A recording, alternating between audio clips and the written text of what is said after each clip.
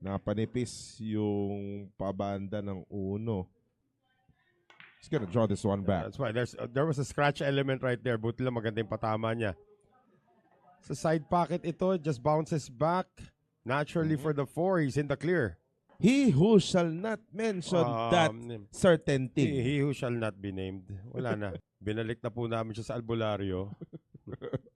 Next week, bagong Lunes. itsura mo. Maririnig nyo na naman yan sa Lunes.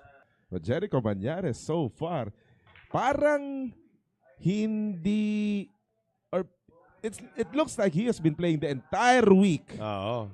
That move had a chance to be blocked by the 8 ball. Pulidong-pulido ang mga preparasyon. Alam mo, kahit wala siya rito, naglalaro naman yan araw-araw. Bagay, oo. So, kondisyon talaga ito si Panday.